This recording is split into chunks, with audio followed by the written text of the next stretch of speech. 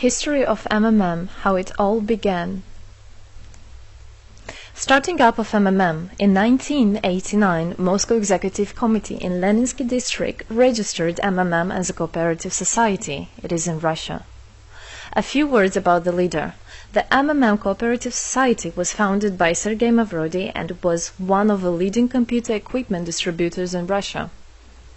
Sergei Mavrodi, having a degree in maths, worked as a programmer and took part in the development of the first operating systems. A few words about his decision to make his own company is the fact that having worked as a simple worker from 8 to 5, he understood that freedom is the most important for him, because that work of 8 to 5 is literally a slavery. At any point, at any time, the company can throw you out and you'll be left without nothing, although you could have worked in that company for years and years. So he realized it. This is why he decided to create his own child, and he knew whatever his efforts will be, it will come back to him in form of dividends and income. Free of charge travel campaign. In 1992, the brand became universally recognizable after Mavrodi offered several times to all the residents of Moscow a day of free of charge travel in metro, Moscow subway. Pretty smart. Birthday of MMM. On October 20, 1992, the joint stock company MMM was registered. In fact, it is the birthday of MMM in the traditional form in which people got used to consider it. The shares of MMM on sale. February 1st, 1994, the shares of MMM went on sale, and people immediately began to buy them. Moreover, the company willingly bought them back on a new, higher rate, which grew very fast at about 100% per month.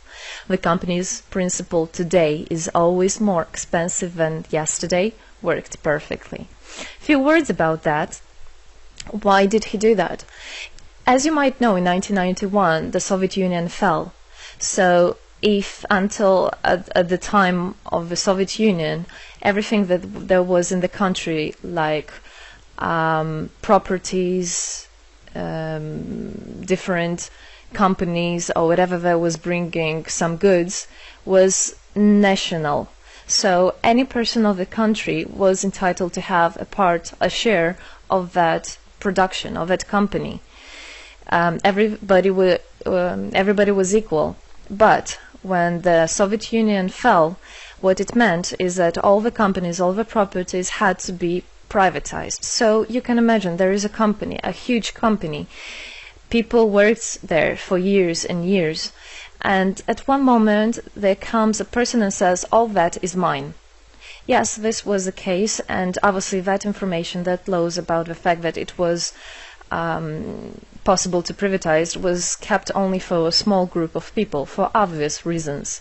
So a simple worker who worked in that company for years and years or all his life didn't know he can actually come and say by law that that is his. So what genius idea Sergei Mavrodi had is to sell these shares to gather the money of the people, and with this money to buy those companies. So basically, if a person has an MMM share, he would have had an exact share from the company that Sergei Mavrodi bought. For example, a company from oil and gas or something else. Obviously, he knew perfectly which companies are worth it and which companies were not. There was quite a battle there. So as you can see, his idea was great, but let's see what happens. Government is trying to hinder MMM's activities. Surprise, surprise! Planned by the Russian government, MMM 94 was intentionally collapsed. It began when tax inspectors accompanied by OMON officers passed through the crowd of depositors and went inside the central office of the company to give a notice about the planned tax inspection. Right. So obviously, the small group of people that I was talking about is the government people, is the people that have connections and so on, and they wanted obviously all that money, all those properties to be kept in their hands. This is how the nowadays oligarchs were made. At that moment they had nothing. In one day they got loads of money, and now you can know them as very rich people who made their money on the back of a nation. So obviously they did something just to provoke some panic going through the crowd. Obviously, for any financial institution, a panic is really bad. As I remind you, at that time, MMM was selling shares, was a share stock company, let's say. Mavrody's arrest. Sergei Mavrody was arrested on tax evasion charge. Really lame excuse. It wasn't at all like that. What happened, even the person that was in charge with giving the arrest, he told him that there was no other option for them. They had to do something, even though it was illegal what they were doing, but they had to do it as they were afraid of him. Because, as he said, another 2-3 months and in whole Russia there would be no government, no banks, nobody, only Sergei Mavrody, that who holds the money nowadays. This is in charge. So he was arrested, and his arrest was broadcasted live on all TV channels, obviously to show off more, to show people how bad he is, and actually the government didn't do anything wrong.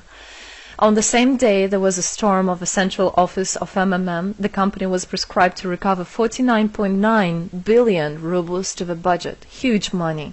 The question about the money in MMM 94 is open, as no one still can give an answer where it is. The authorities simply turned a blind eye to it, although hundreds of eyewitnesses are ready to confirm, even under oath in court, that they saw 17 trucks take out cash through the back door. So unfortunately, at that time, there was no internet, no bitcoins, no other internet wallets, and all the money were obviously kept in cash in the MMM offices. And the government took advantage of it. They just came, took it out, and then they said nothing. Moreover, they didn't say where the money went. They even made the way to make people believe that Sergei Mavrody was the one who took all those 17 trucks of money and disappeared. But obviously it wasn't the case. It was a simply lame excuse. Demonstrations against state authorities. August 1994. Thousands of MMM depositors affected by the artificial collapse of the pyramid protested and demanded to set Mavrody free. Actually, Mavrody could have used his powers and do huge, bigger protests, but he decided not to do that, as that would made as obvious a different protests of this type. Could be people injured or even killed, so he decided not to use people in this purpose. It was very noble from him to do that.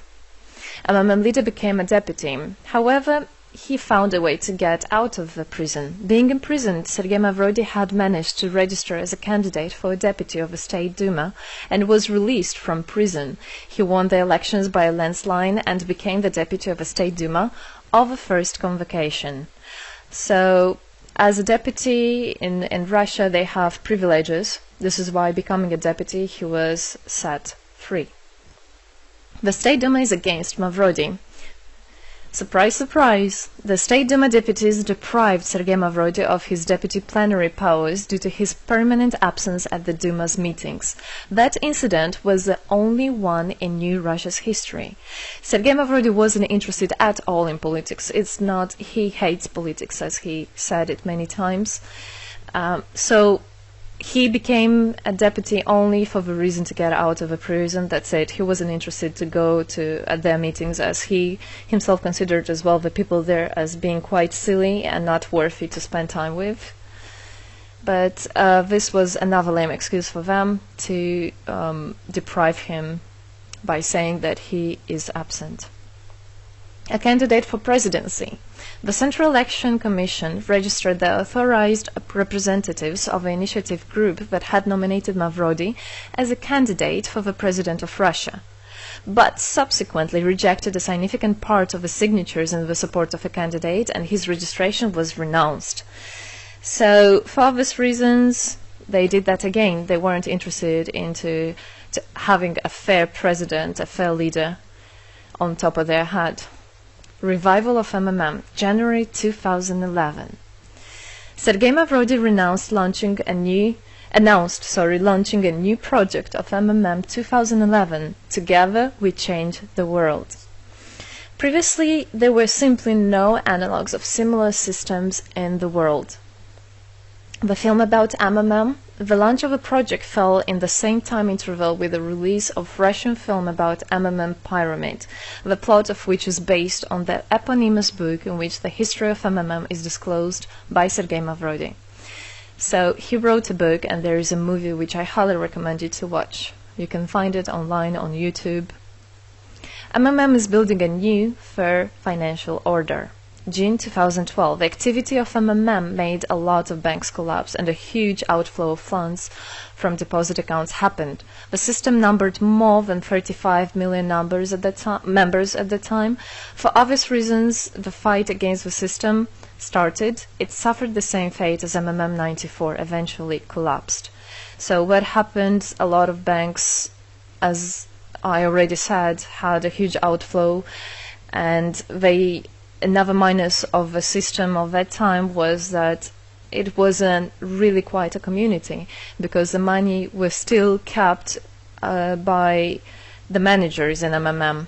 So it wasn't the same idea as it is now, comparing it now, where people exchange money between themselves. You don't need to put it in a central account. At that time there were central accounts, and it was again used by the banks. They simply blocked those accounts that they identified as being of MMM and took all the money away, and that's it. There were no other discussion about that. Again, huge loss of money. People lost a lot of money.